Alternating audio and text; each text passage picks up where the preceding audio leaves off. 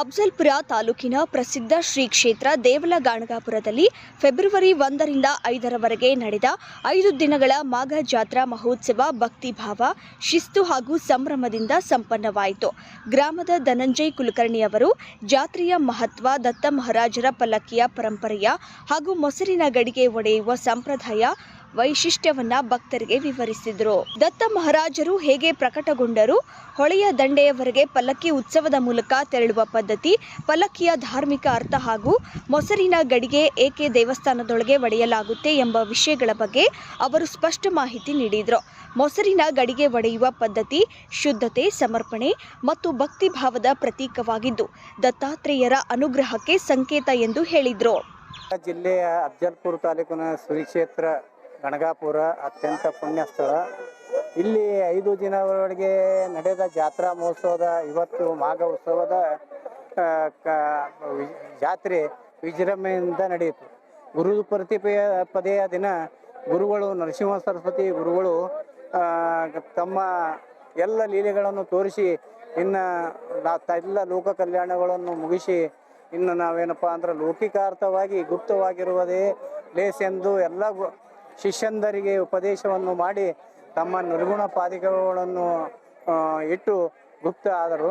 ಅದ ನಂತರ ಅವರು ಇವತ್ತಿನ ದಿವಸ ಮಾಘ ಉತ್ಸವದ ಕೊನೆಯ ದಿವಸ ಇವತ್ತಿನ ದಿವಸ ಏನಪ್ಪ ಅಂದ್ರೆ ಗುರುಗಳು ಒಬ್ಬ ನಾವಿಕನ ಕೈಯಿಂದ ಪುಷ್ಪವನ್ನು ಕಳಿಸಿಕೊಟ್ಟು ತಾವು ದಂಡಧಾರಿಗಳಾಗಿ ಅವನಿಗೆ ಆಶೀರ್ವಾದ ಮಾಡಿ ತನ್ನ ಶಿಷ್ಯಂದರಿಗೆ ಮುಟ್ಟಿಸುವೆಂದು ಕಳಿಸಿಕೊಟ್ಟು ಅವರು ಏನಪ್ಪ ಅಂದ್ರೆ ಪುಷ್ಪ ರೂಪದಲ್ಲಿ ವಿಶ್ರಾಂತಿ ನಮ್ಮ ಪಾದಗಟ್ಟಿಗೆ ಏನಪ್ಪ ಅಂದ್ರೆ ಅವು ಬಂದು ಇವತ್ತಿನ ದಿವಸ ಗುರುಗಳು ಆ ಸ್ವರೂಪದಲ್ಲಿ ಬಂದರು ಎಂದು ದೈ ಅಂಡ ಕಾರ್ಯಕ್ರಮವನ್ನು ಊರಿನ ಗೌಡ ಮತ್ತು ಕುಲಕರ್ಣಿಯವರು 2 ಮೊಸರಿನಗಳು ಒಡೆಯುವುದರೊಂದಿಗೆ ಪಲ್ಲಕ್ಕಿ ಉತ್ಸವವನ್ನು ಎಲ್ಲ ಗ್ರಾಮಸ್ಥರು, ಎಲ್ಲ ಅರ್ಚಕರು ಎಲ್ಲರೂ ಸೇರಿ ವಿಜೃಂಭಣೆಯಿಂದ ಅತ್ಯಂತ ಗುರುಗಳನ್ನು ಪಾದಗಟ್ಟಿಗೆ ಕರ್ಕೊಂಡು ಬರಲಿಕ್ಕೆ ಹೋಗಿ ಅಲ್ಲಿ ಅಮೃತ ಸ್ಥಾನವನ್ನು ಮಾಡಿ ಗುರುಗಳನ್ನು ದೇವಸ್ಥಾನಕ್ಕೆ ಪುನಃ ಕರ್ಕೊಂಡು ಬಂದು ಪುಣ್ಯ ದಿವಸ ಇವತ್ತು ಗುರುಗಳು ಈ ರೀತಿಯಾಗಿ ಮತ್ತೊಂದು ಸಲ ಪ್ರತ್ಯಕ್ಷವಾಗಿ ಎಲ್ಲರಿಗೂ ಆಶೀರ್ವಾದ ಒದಿಸಿ ಪುಷ್ಪಗಳನ್ನು ಕೊಟ್ಟಿದ್ದರು.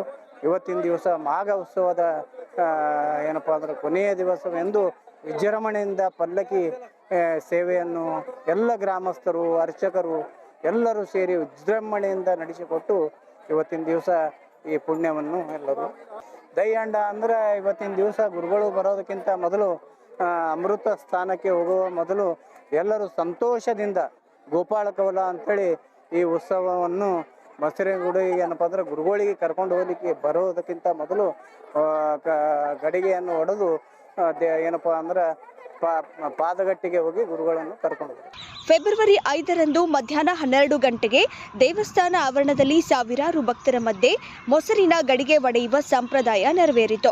ಈ ಸಂದರ್ಭದಲ್ಲಿ ಊರಿನ ಕುಲಕರ್ಣಿ ಮನೆತನದ ಅಕ್ಷಯ್ ಕುಲಕರ್ಣಿ ಹಾಗೂ ವೆಂಕಟೇಶ್ ಪಾಟೀಲ್ ಅವರು ಮೊಸರಿನ ಗಡಿಗೆ ಒಡೆದು ಸಂಪ್ರದಾಯಕ್ಕೆ ಚಾಲನೆ ನೀಡಿದ್ರು. ಅವರೊಂದಿಗೆ ಶ್ಯಾಮ್ ಜಮಾದಾರ್, ಶ್ರೀಶೈಲ್ ಜಮಾದಾರ್, ಮೋಹನ್ ಜಮಾದಾರ್ ಭಾಗಿಯಾಗಿದ್ರು. ಅರ್ಚಕರ ಪರಿವಾರದಿಂದ ಉದಯ್ ಭಟ್ ಪೂಜಾರಿ, ಪ್ರಿಯಾಂಕ ಪೂಜಾರಿ, ಕಿರಣ್ ಪೂಜಾರಿ, ಪ್ರಫುಲ್ ಪೂಜಾರಿ, ಪ್ರಖ್ಯಾತ ಪೂಜಾರಿ ಹಾಗೂ ಪ್ರಸಾದ ಪೂಜಾರಿ ಉಪಸ್ಥಿತರಿದ್ದರು. ನಂತರ ದತ್ತ ಮಹಾರಾಜರ ಪಲ್ಲಕ್ಕಿ ಉತ್ಸವ ವಿಜೃಂಭಣೆಯಿಂದ ನಡೆಯಿತು. ದೇವಸ್ಥಾನದ ಒಳಗಡೆ ಪಲ್ಲಕ್ಕಿಗೆ ವಿಶೇಷ ಪೂಜೆ ಸಲ್ಲಿಸಿ ಗ್ರಾಮದಲ್ಲಿಯೇ ಮೆರವಣಿಗೆ ನಡೆಸಿ ನಂತರ ಪಾದಗಟ್ಟಿಗೆ ಕರೆದೊಯ್ಯಲಾಯಿತು. ಪಲ್ಲಕ್ಕಿ ಉತ್ಸವವನ್ನು ನೋಡಲು ಲಕ್ಷಾಂತರ ಭಕ್ತರು ಜಮಾಯಿಸಿದ್ದು ದತ್ತ ದತ್ತ ಎಂಬ ಜಯಘೋಷಗಳಿಂದ ಕೂಡಿತು.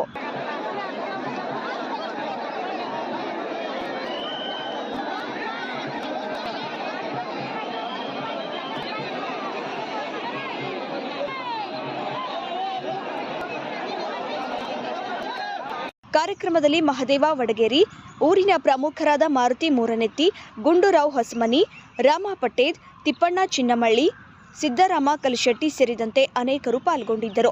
ಉತ್ಸವದ ಯಶಸ್ವಿ ನಿರ್ವಹಣೆಗೆ ದೇವಸ್ಥಾನ ಆಡಳಿತ ಮಂಡಳಿ, ಗ್ರಾಮಸ್ಥರು ಹಾಗೂ ಸ್ವಯಂ ಸೇವಕರು ಶ್ರಮಿಸಿದ್ರು. ಭಕ್ತರ ಸುರಕ್ಷತೆಗಾಗಿ ಪೊಲೀಸ್ ಹಾಗೂ ಆರೋಗ್ಯ ಇಲಾಖೆ ಅಗತ್ಯ ವ್ಯವಸ್ಥೆಗಳನ್ನು ಕೈಗೊಂಡಿದ್ದವು. ಮಾಘ ಜಾತ್ರಾ ಮಹೋತ್ಸವವು ಶಾಂತಿ, ಶಿಸ್ತು ಮತ್ತು ಧಾರ್ಮಿಕ ಸಂಸ್ಕೃತಿಯ ಮೆರವಣಿಗೆಯೊಂದಿಗೆ ದೇವಲ ಗಾಣಗಾಪುರದಲ್ಲಿ ಭಕ್ತಿ ಭಾವದಿಂದ ಸಂಪನ್ನವಾಯಿತು.